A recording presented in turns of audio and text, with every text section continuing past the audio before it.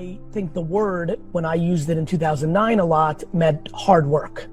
I think the word has been manipulated in society in the last, half decade to mean burnout, and so I've switched using it more in a world of like, people, when a word changes its meaning to a large group of people, you have to acknowledge that. So I use the word work ethic a lot more. I will forever believe in work ethic. There's nothing accomplished without the execution, and I believe in work ethic, and I'm not to the expense of someone's health or mental status, but I'm a very, very big advocate. I would argue that I believe in work ethic more today than I did a decade ago. So if you have to break it down, right? When you say work ethic, what does that look like for you? Like, how you came up with that acronym GAP? What is work ethic for you?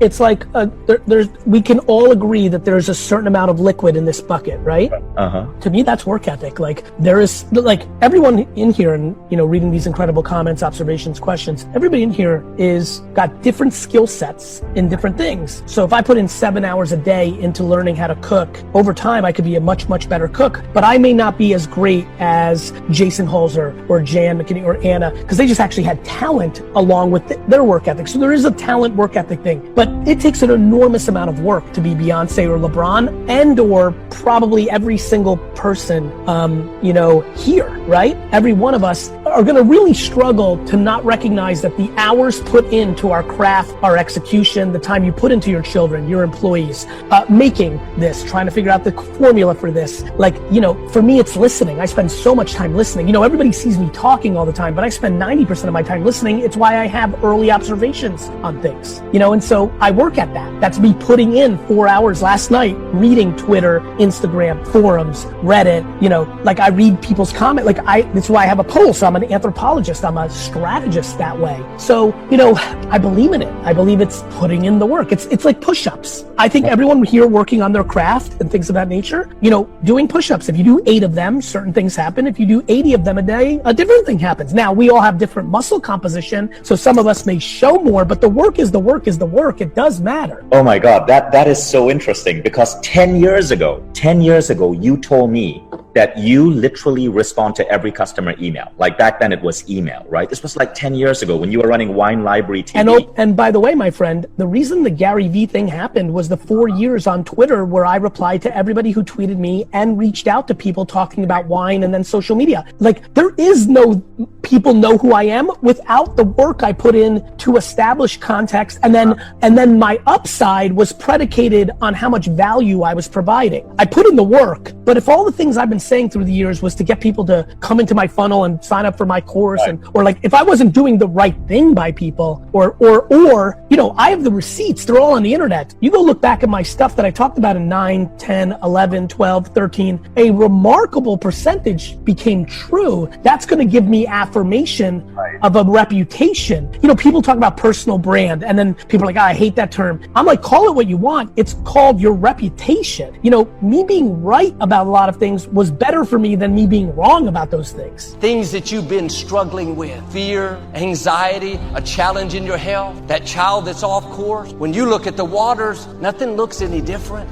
God is telling you a breakthrough is coming, but you don't see any sign of it. You want to believe, but your mind is telling you there's no way. But just like those waters hurried out of the Israelites' way, those obstacles are about to hurry out of your way. Now, you may have had that illness a long time. The prognosis doesn't look good. Receive this into your spirit. It's about to hurry out of your way. That legal trouble looks permanent. That financial difficulty, that situation at work seems like there's no end in sight. Now get ready. God's about to do a quick work. Lack, struggle, debt is about to hurry out of your way. It's going to happen suddenly. It's going to be a rapid turnaround. That's what happened for us here at Lakewood. When we acquired the Compact Center, a company filed a lawsuit to try to keep us from moving in. They said we violated the deed restrictions. Our attorneys told us it could be tied up in the courts for years. When we looked at the waters, like with Moses, nothing looked any different. A year had gone by, the other side wasn't about to bud. They had no contact with us. Looked like it could be that way for another 10 years. But one day, out of the blue, the other side called and said they wanted to meet. Our attorney said it was probably probably a ploy, just trying to distract us. We met with them, and in a couple of hours, they agreed to drop the lawsuit and let us have the building.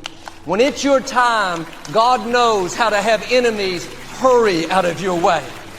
Would have been one thing if we'd have won the lawsuit after 10 years. We would have been grateful. But God is not going to let the opposition delay you from your destiny. He has already scheduled your destiny moments. It may feel like you're falling behind. The opposition is holding you back. Stay encouraged. At the right time, that adversity is going to hurry out of your way. Red seas can't keep you from your purpose. God knows how to part those waters. Legal situations, companies that seem bigger, stronger, they can't stop God's plan for your life. It may feel like you're stuck. You don't see anything improving. Don't worry. God knows how to do a quick work. It can happen suddenly. The scripture says God hastens His word to perform it. That word hasten means quickly, speedily, in a hurry. And I'm not saying that we don't have to wait. There are things that take time. What I'm saying is when you don't see anything happening, it looks like what you're up against is never going to change. When you come into your destiny moment, God will do it speedily, quicker than you thought. You'll accomplish a dream in a fraction of the time. God tells Abraham, take now thy son, thine only son,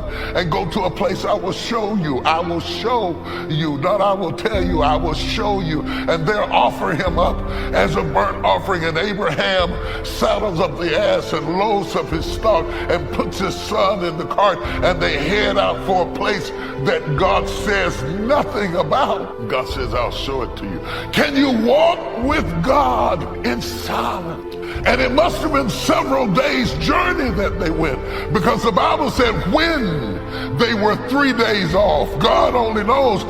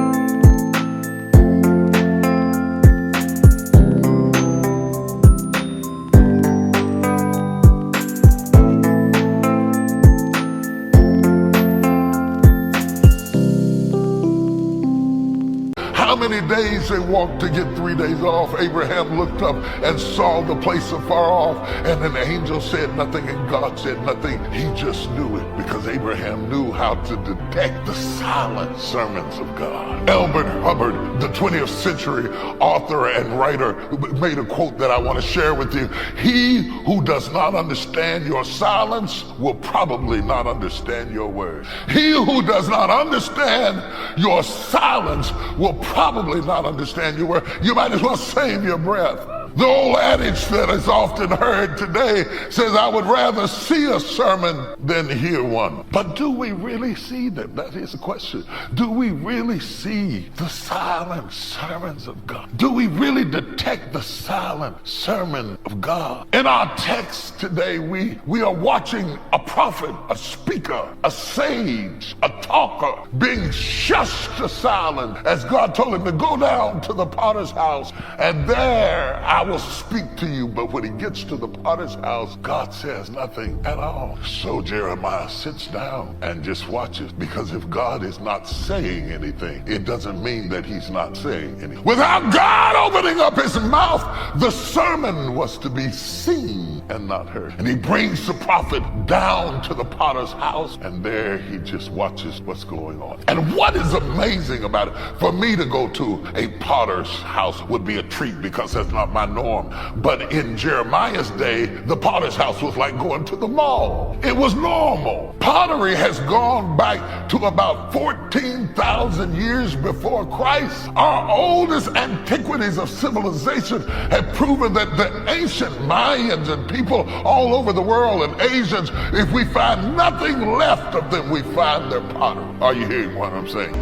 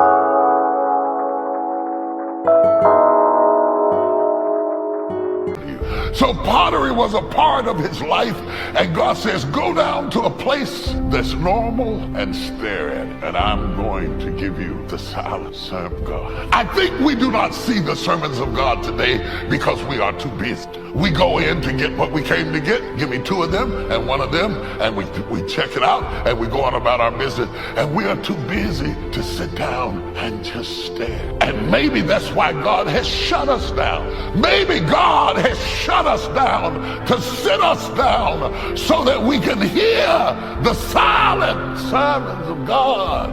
Maybe God has removed the clutter and the noise and the busyness and shattered your schedule and disrupted your life so that you can notice the things that you have been overlooking. Simple things like your children or your wife or your husband or your life. Maybe God canceled your schedule because you were too busy to hear the silent sermon.